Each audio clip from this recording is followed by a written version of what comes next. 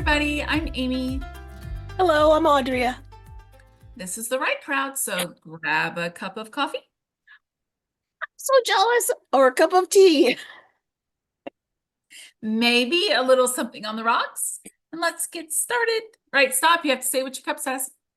I am a Anything you say or do may be used in a story. accurate statement. You may not like how you end up in my story. What is yours? Is it just Snoopy? So it's Snoopy, but one side he's like this, That's cute. and one side he's like this. Oh, I like the yellow. It's Randy's cup. It's Randy's cup. But I'm in a happy mood today, so I pick a happy cup. That's awesome. Very awesome. I was skipping down the aisles of Costco yesterday with my mother, and she was just shaking her head. And I told her, I have a niece that she and I tell my sister all the time that she is my child because she and I are goofy together. Well, so are me and my brother. So I told my mom yesterday that my brother, my niece, and I should all go shopping together. And my mother was like, no. No. Y'all, as our audience here, y'all get to see a lot of the layers. We're just gonna say that. We're very lucky. All right. So you said speaking of, and I'll shut up now.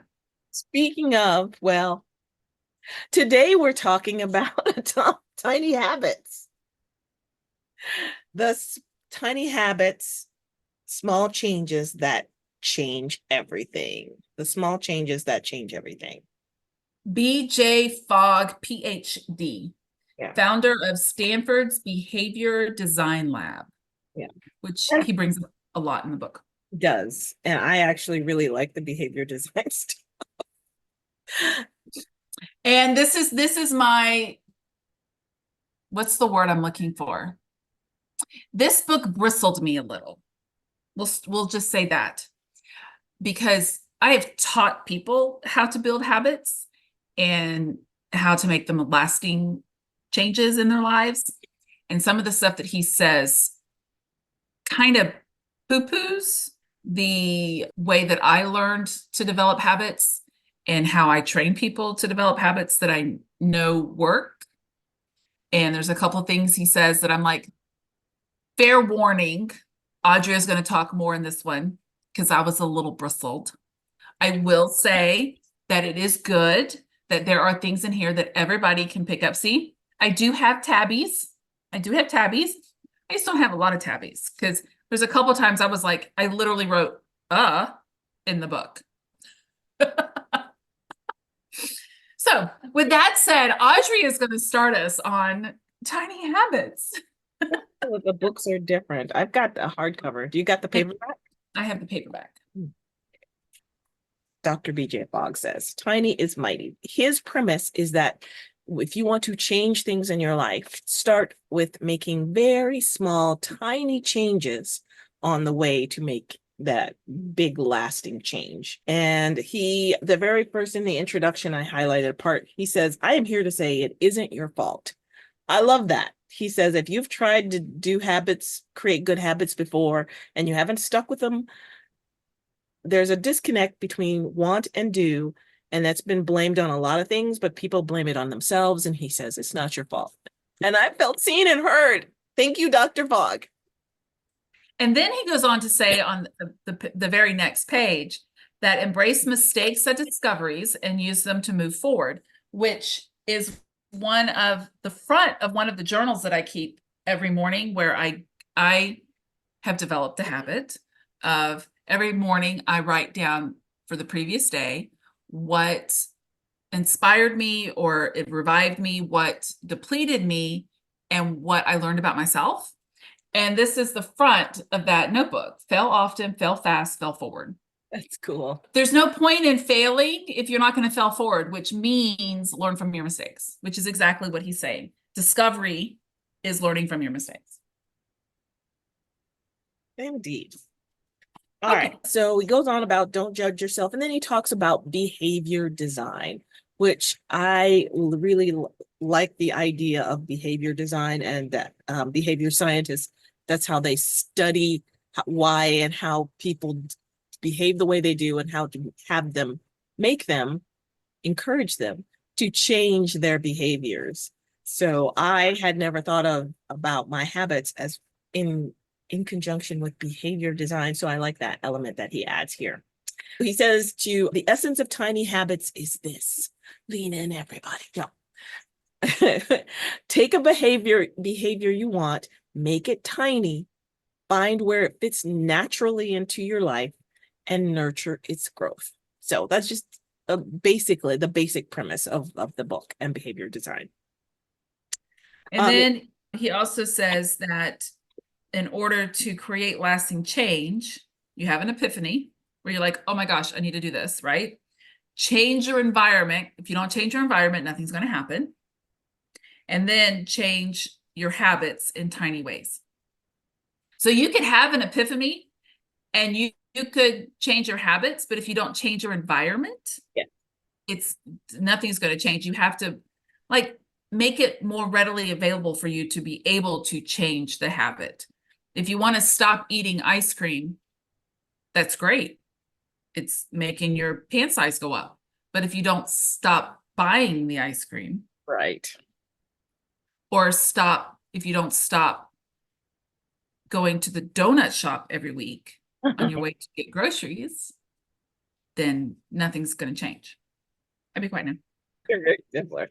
Okay, so what Dr. Fogg encourages you to do is to make a recipe, make habit recipes. And I like the thought about that. I mean, because when you think about a recipe is all the ingredients you need to make, for example, a red velvet cake. You need all of the dye, you need the chocolate, and a red velvet cake should taste like chocolate, people. Just saying.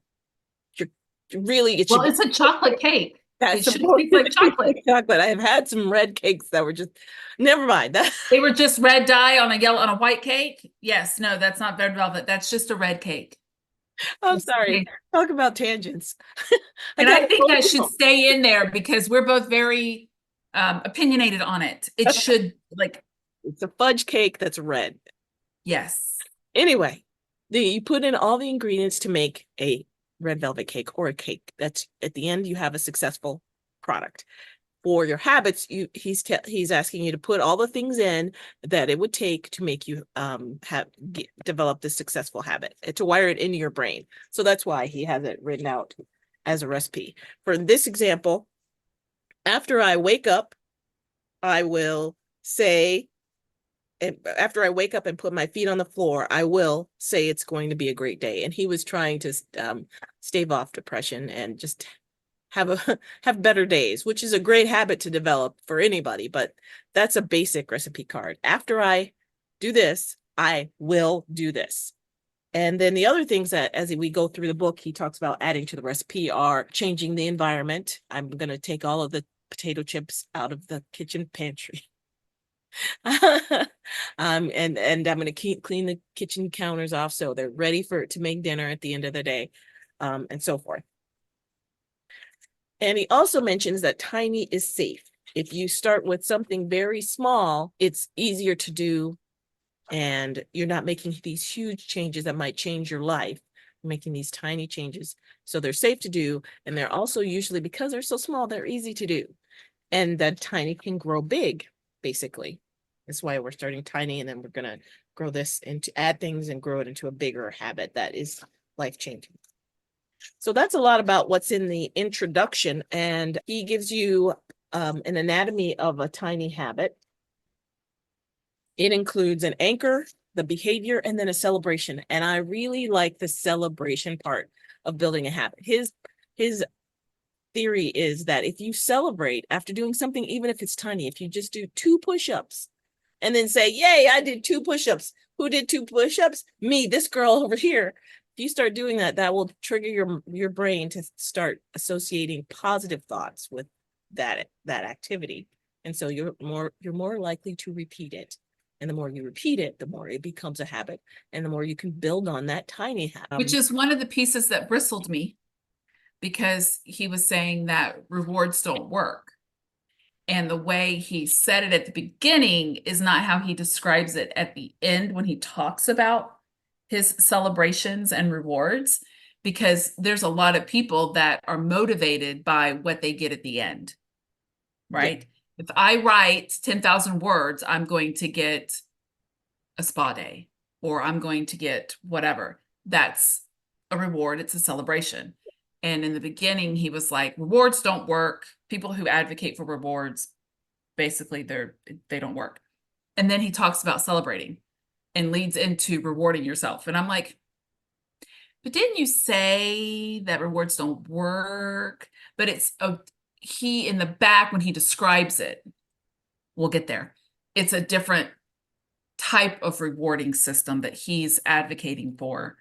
But that was one of the things in the beginning. I messaged Audrey and I was like, I don't know about this book, Audrey. You might be doing all the talking because I just can't with this guy. Because he was all the things that I teach and that work for me, he was saying don't work.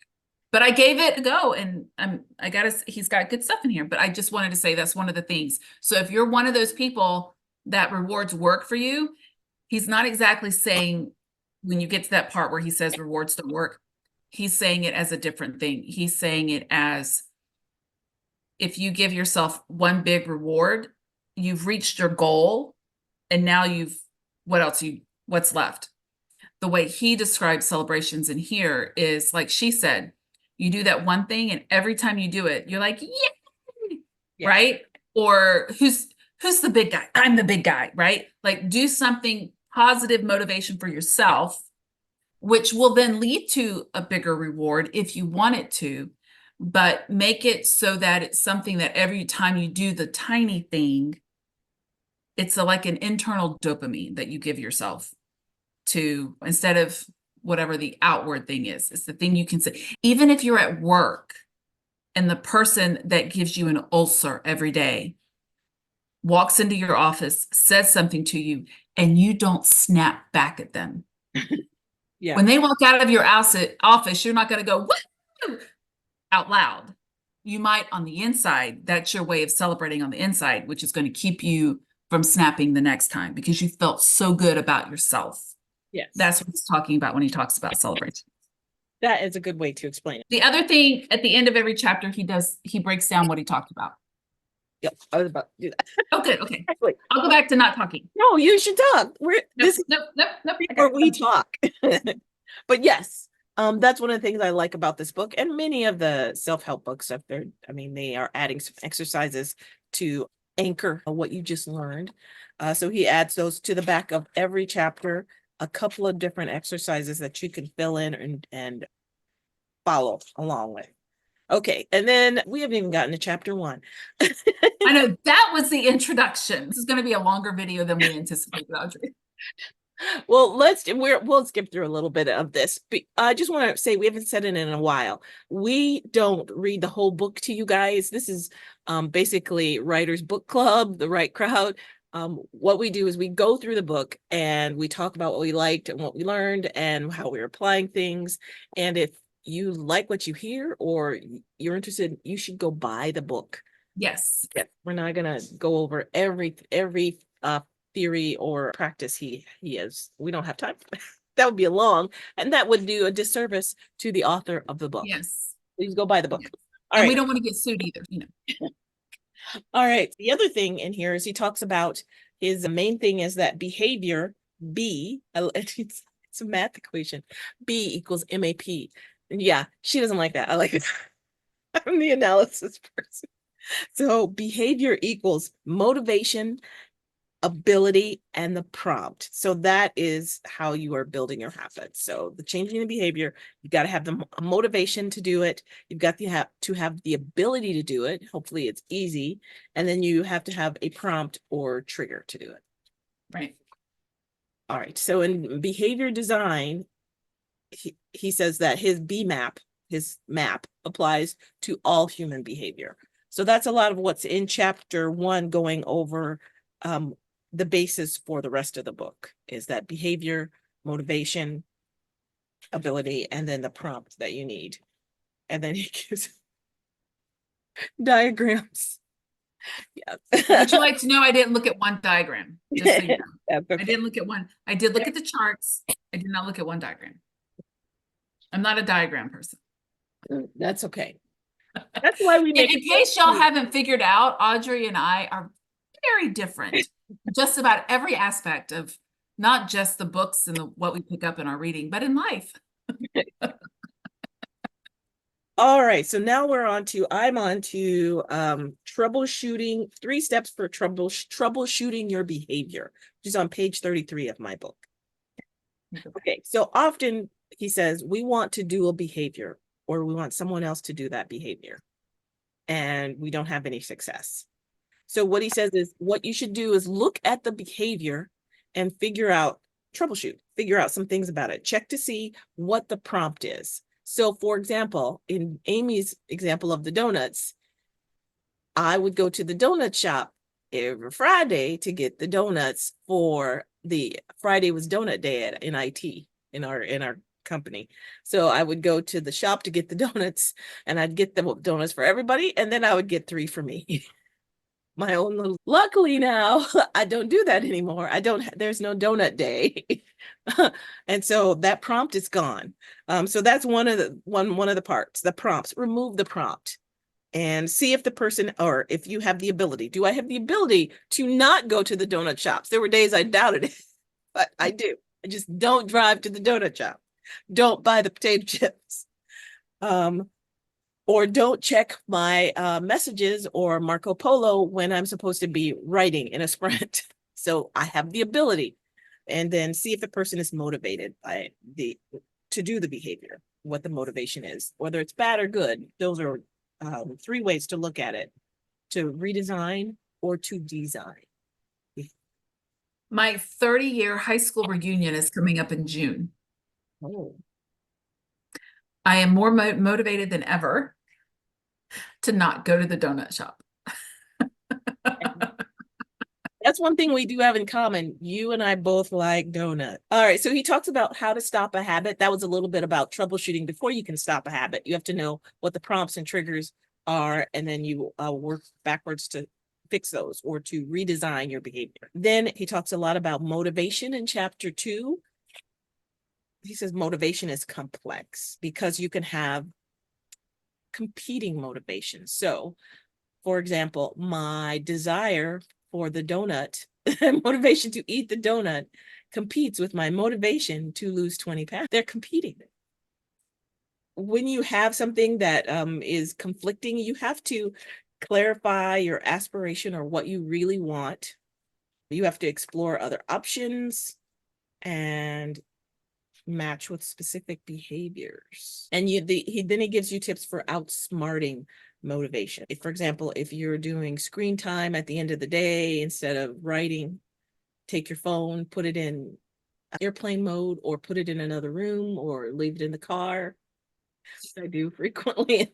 I have the end of the day, go check all my messages and things, which is nice. He gives you ideas for ways to outsmart motivations to do bad things. So, and I love, this is one of the charts that I really liked, and I tried this for my writing. It's called focus mapping. And we did an exercise on something like this in one of my writing groups.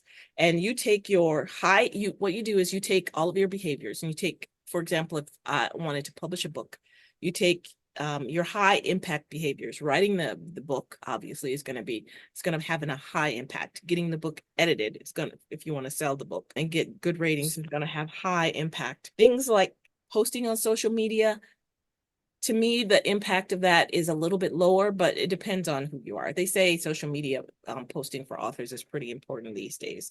But anyway, that's just an example.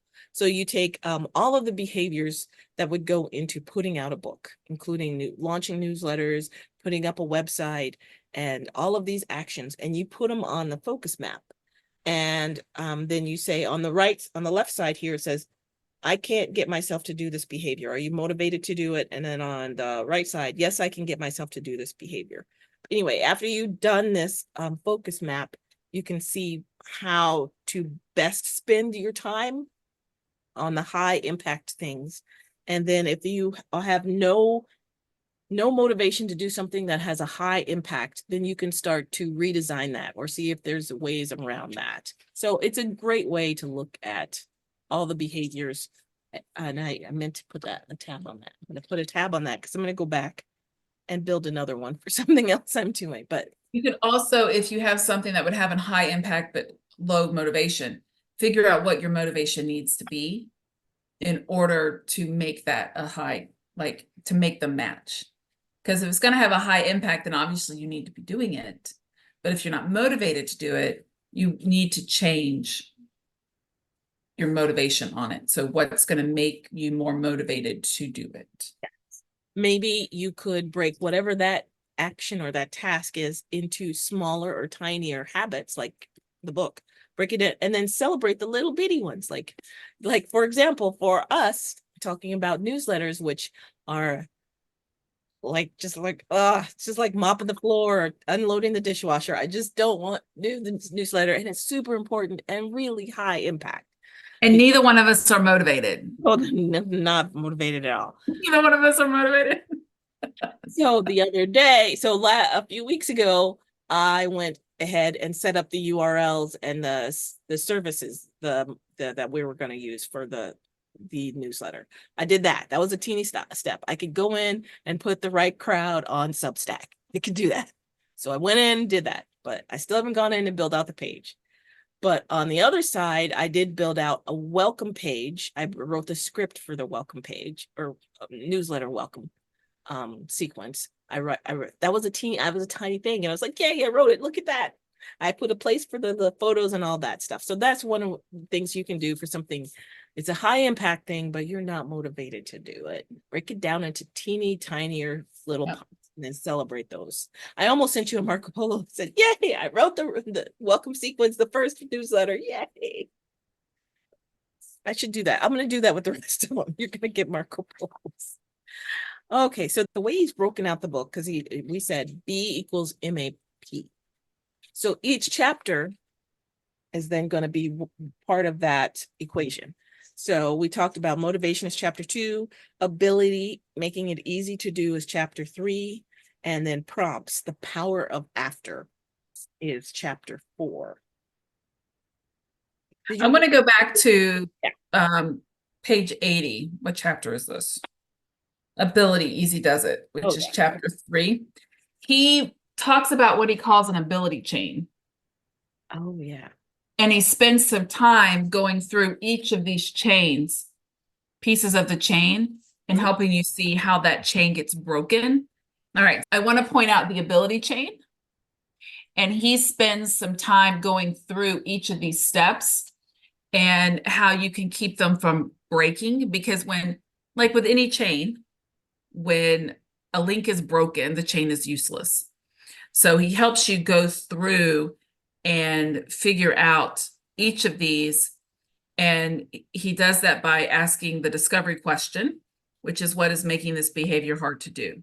And then he breaks it down into getting to the next piece of the chain. But he does that throughout the rest of the book. He goes through each chain and helps you see how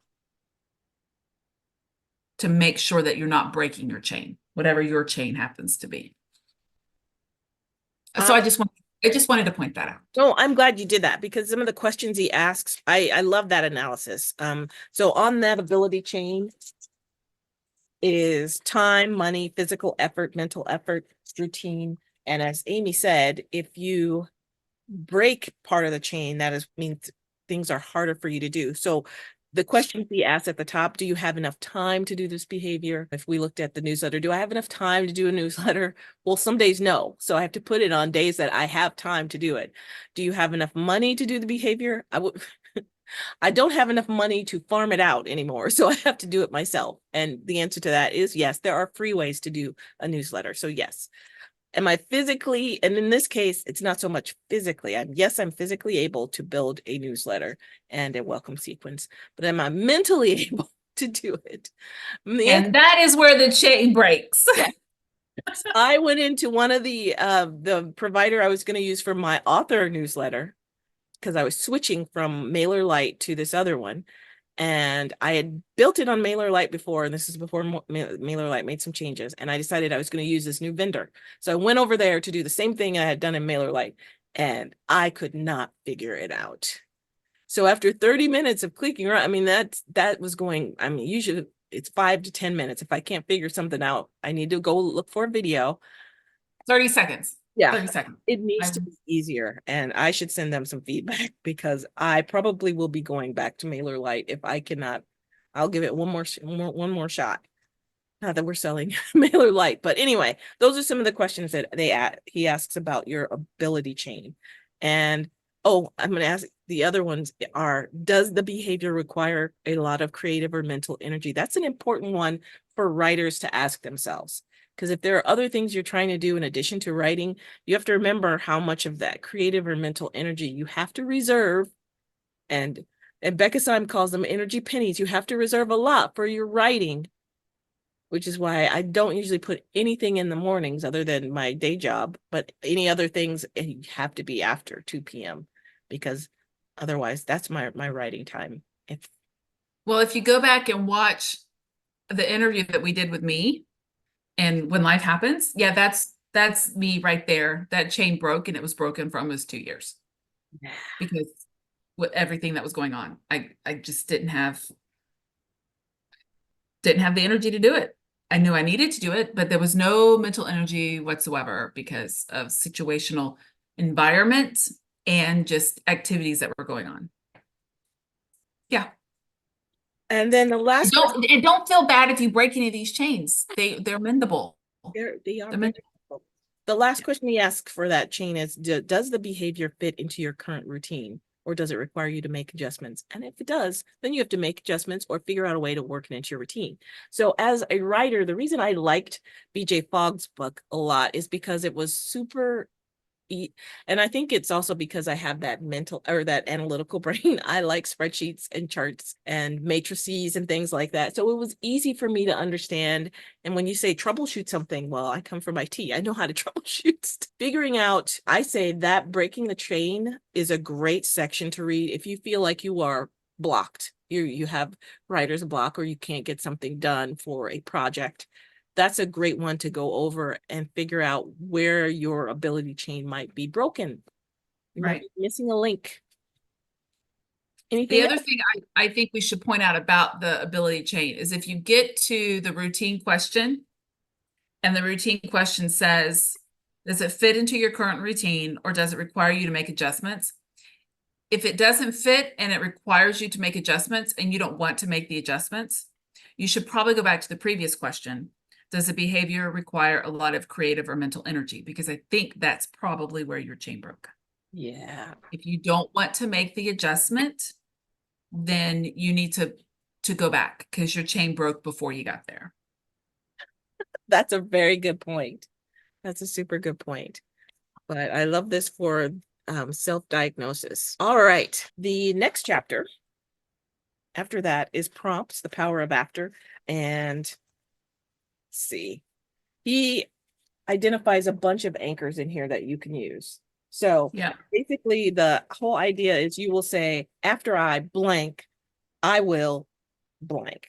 So after I brush my teeth, I will do 2 yoga poses, which is how I'm trying to get yoga back into my life. So after I am not. I took a class one time and the teacher laughed at me because I was so inflexible. I've got balance like you wouldn't believe, especially for someone my age, but I have no flexibility whatsoever. And I have to say, for some of you like me, this is going to be very woo-woo, very campy. And this may not work for you, and that's okay. Well, I like that the anchors, like after I hang up the dog leash, I will, or after I hang up the phone, I will do this. After I drink a cup of coffee, I will do this.